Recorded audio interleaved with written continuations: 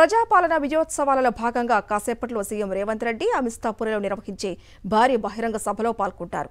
రైతు పండుగ ముగింపుకు సీఎం హాజరు కానున్న నేపథ్యంలో పోలీసులు భారీ భద్రత ఏర్పాటు చేశారు. సభా ప్రాంగణంలో వివిధ స్టాల్స్ ఏర్పాటు చేశారు. సీఎం రాకతో అమిస్తాపురంలో కాంగ్రెస్ శ్రేణులు ఫ్లెక్సీలు ఏర్పాటు చేయడంతో ఆ ప్రాంతమంతా కలర్ఫుల్ గా మారింది. రాష్ట్ర నలుమూలల నుంచి రైతులను తరలించేందుకు కాంగ్రెస్ నేతలు ప్రత్యేక వాహనాలను ఏర్పాటు చేశారు. సభకు సుమారు 1,00,000 మందిని తరలించేందుకు నేతలు దృష్టి సారించారు. సీఎం రేవంత్ రెడ్డి పర్యటనకు సంబంధించిన మరింత సమాచారం మా ప్రతినిధి విజయభాస్కర్ అందిస్తారు. మరి కాసేపట్లో ప్రారంభంగానున్న రైతు పండుగ ముగింపు సభకు మహబూబ్నగర్ జిల్లా కేంద్రంలో సమీపంలో ఉండేటువంటి అమిస్తాపూర్ ముస్తాబైంది. ఇందుకోసం అధికారులు విస్తృతమైనటువంటి ఏర్పాటు చేయడం జరిగింది.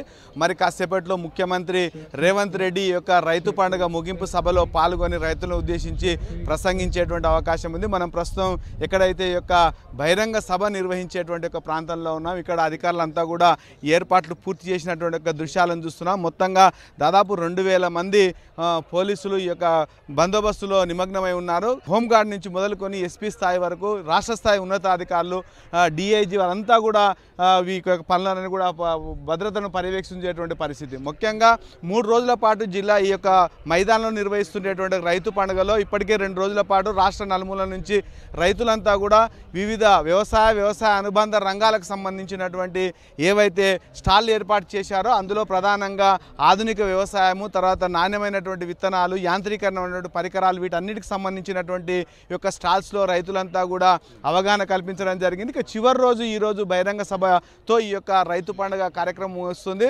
కాంగ్రెస్ ప్రభుత్వం అధికారంలోకి వచ్చి ఏడాది కావస్తుండేటువంటి నేపథ్యంలో ప్రభుత్వం ఈ యొక్క కార్యక్రమాన్ని ప్రతిష్టాత్మకంగా తీసుకోవడం జరిగింది. మనం చూస్తున్నాం సభా వేదిక వద్ద భారీ ఏర్పాటు చేసినటువంటి యొక్క దృశ్యాలను చూస్తున్నాం. ఇక్కడ ఈ యొక్క ప్రాంగణం అంతా కూడా పార్టీకి సంబంధించినటువంటి నేతల యొక్క హోర్డింగులు, తర్వాత బ్యానర్లు, వాటికి సంబంధించినటువంటి అన్ని యొక్క ఏర్పాట్లతో కలర్ఫుల్గా మారినటువంటి పరిస్థితి. ముఖ్యంగా అందరి యొక్క ఆసక్తి కూడా ముఖ్యమంత్రి యొక్క సమావేశంలో రైతులకు సంబంధించి ఏమైనా ప్రకటన చేస్తారా అనేటువంటి ఒక ఆశతో ఎదురు చూస్తున్నారు. ప్రధానంగా ఇప్పటికే 2 లక్షల రుణమాఫీకి సంబంధించినటువంటి దాంట్లో కొంతమేర ఇంకా చేయాల్సింది కాబట్టి దానిపైన ఏమైనా స్పష్టమైనటువంటి ప్రకటన వస్తుందా అనేటువంటిది ఒకటైతే, రెండవది రైతు భరోసాకు సంబంధించినటువంటి నిధులు ఇంకా రైతులకు పడలేదు కాబట్టి దానిపైన ఏమైనా ప్రకటన చేస్తారనేటువంటి విధంగా ఆసక్తిగా ఎదురు చూస్తున్నారు. ముఖ్యమంత్రి యొక్క ప్రకటన కోసం వాళ్ళంతా కూడా ఏదైనా తమకు మేలు జరుగుతూ ఉంది అనేటువంటి ఏదైనా ఒక ప్రకటన వస్తుందనేటువంటి ఆశతో ఎదురు చూస్తున్నారు.